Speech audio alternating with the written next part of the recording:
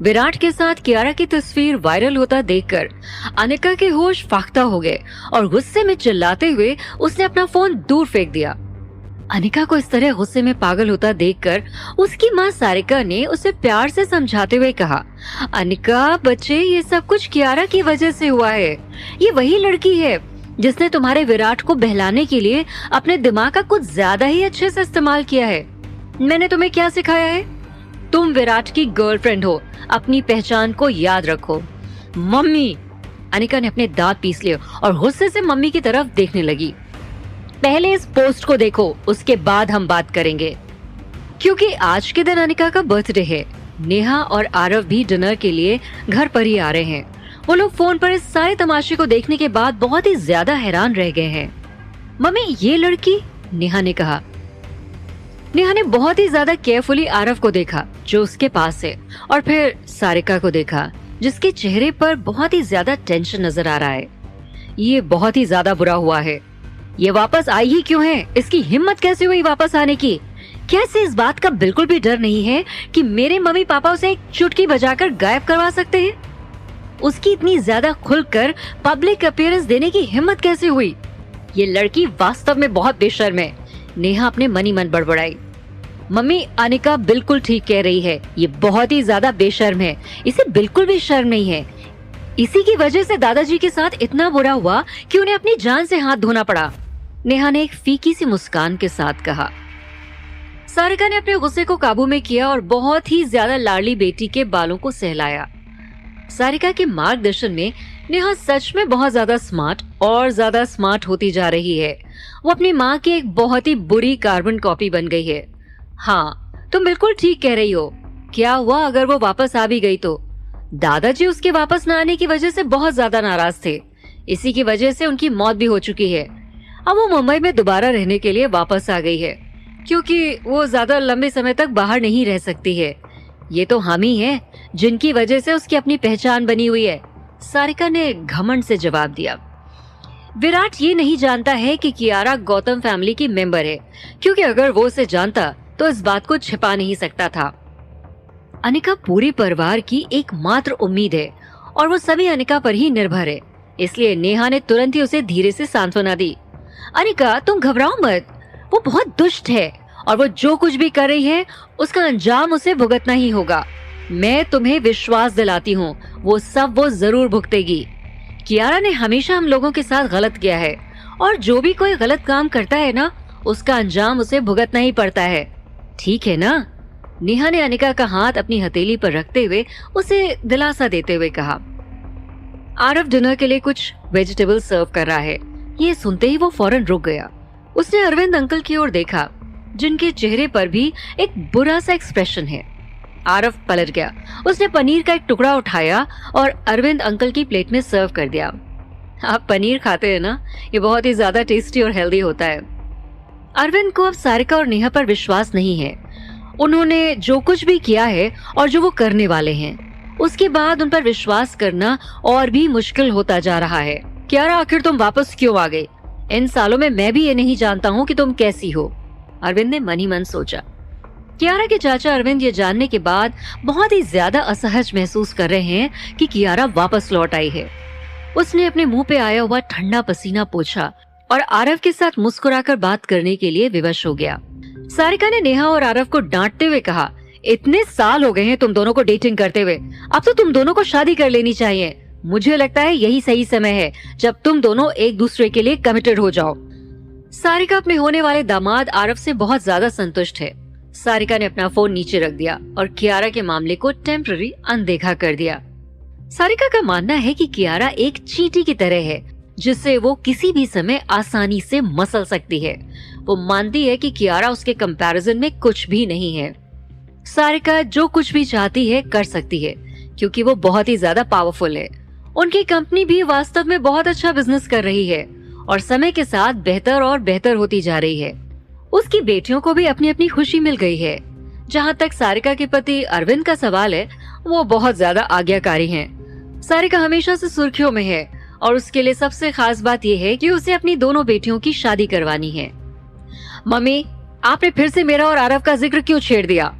आरव और मेरे बीच का रिलेशनशिप बहुत ही अच्छा चल रहा है। जैसे हम हैं, हम वैसे ही खुश हैं। और दूसरी तरफ विराट कियारा को अपने साथ पार्टी में ले गया है। ऐसे में आपको नहीं लगता है कि इस टाइम आपकी टेंशन का टॉपिक कोई और होना चाहिए? नेहा ने अनिका की तरफ देखते हुए अपनी माँ से कहा। तुम्हारी बात का मतलब क्या है? क्या कहना चाह रही हो तुम? अनिका ने हंगामा करते हुए कहा। ये सब बस तुम मेरे ही सामने कह सकती हो। विराट के सामने तो तुम्हारी बोलने की कोई हिम्मत है नहीं। वो ऐसा आदमी नहीं है जिसे हम लोग या हमारी गौतम फैमिली नाराज कर सकती है।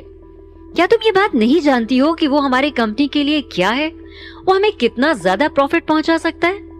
तुम्हें अनिका का मॉरल डाउन नहीं करना चाहिए, सारिका ने नेहा को समझाया। मुझे पता है मम्मी, मैं सिर्फ अपनी फैमिली के सामने ये बात बोल रही हूँ, नेहा ने जवाब दिया। ठीक है, मैं कुछ सोच रहा हूँ। विराट एक बहुत ही ज्यादा चालाक लड़का है और मुझे लगता है वो इतनी आसानी से कियारा के जाल में नहीं फंसने वाला है। वो बहुत इंटेलिजेंट है, अच्छे से जानता है वो कि उसे क्या करना चाहिए और क्या नहीं।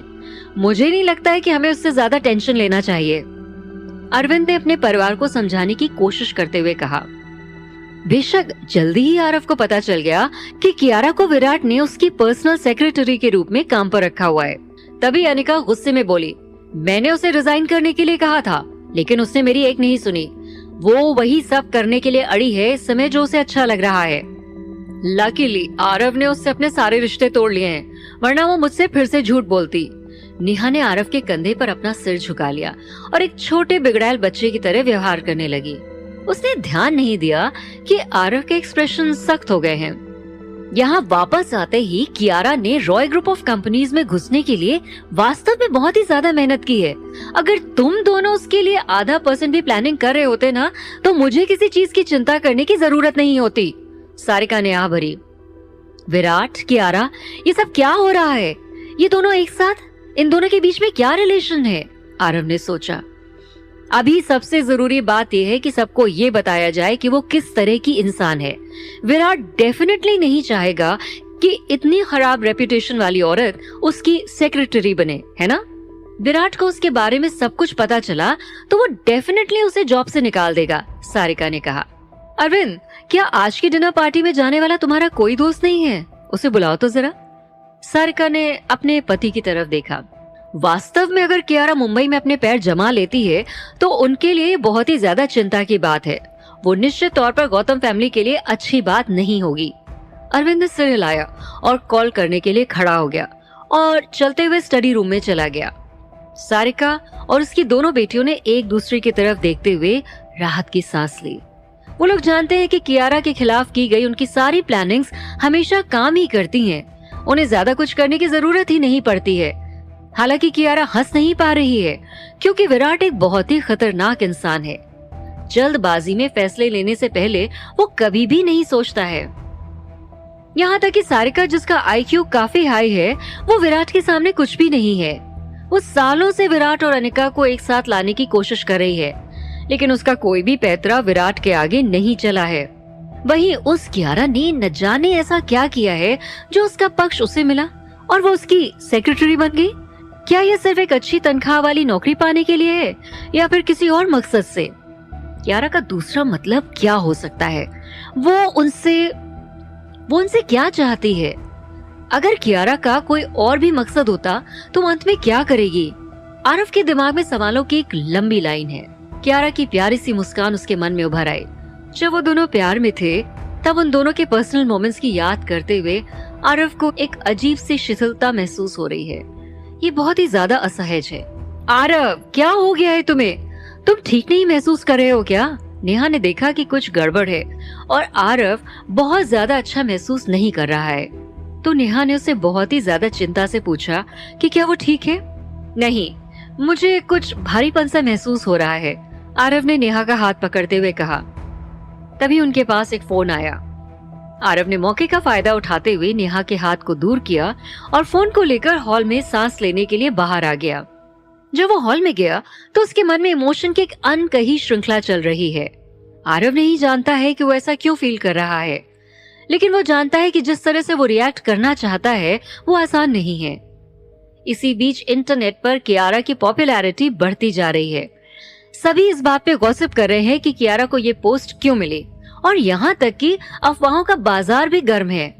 उनका एक अबोला नियम है, उसके बारे में तरह तरह की अफवाहें फैल रही हैं। कुछ लोग कियारा के फेवर में हैं और कुछ लोग उसके ऑपोजिट हैं।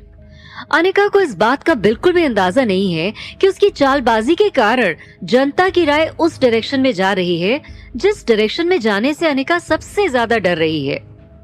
वो बहुत कंफ्यूज है, उसे बिल्कुल भी अंदाजा नहीं है कि क्या हो रहा है। विराट और कियारा के एक साथ होने में सबसे ज्यादा डर उसी को लग रहा है और यही कारण है कि वो चाहती है कियारा जहां तक हो सके विराट से दूर रहे। हालांकि अफवाह ये भी है कि कियारा और विराट के रिलेशन केवल एक बॉस और सेक्रेटरी के नहीं है, बल्कि उन दोनों के बीच एक छुपा हुआ रिलेशन भी है। इस अफवाह ने लोगों के अंदर इस बात के लिए और भी ज्यादा दिलचस्पी जगा दी है। लोगों ने उन दोनों के बारे में और भी ज्यादा सर्च करना शुरू कर दिया है। कियारा और विराट का इस तरह से एक हॉट टॉपिक बन जाना आगे कौन सी नई मुसीबतें लेके आएगा, आगे कौन सा कदम उठाना चाहती है सारिका।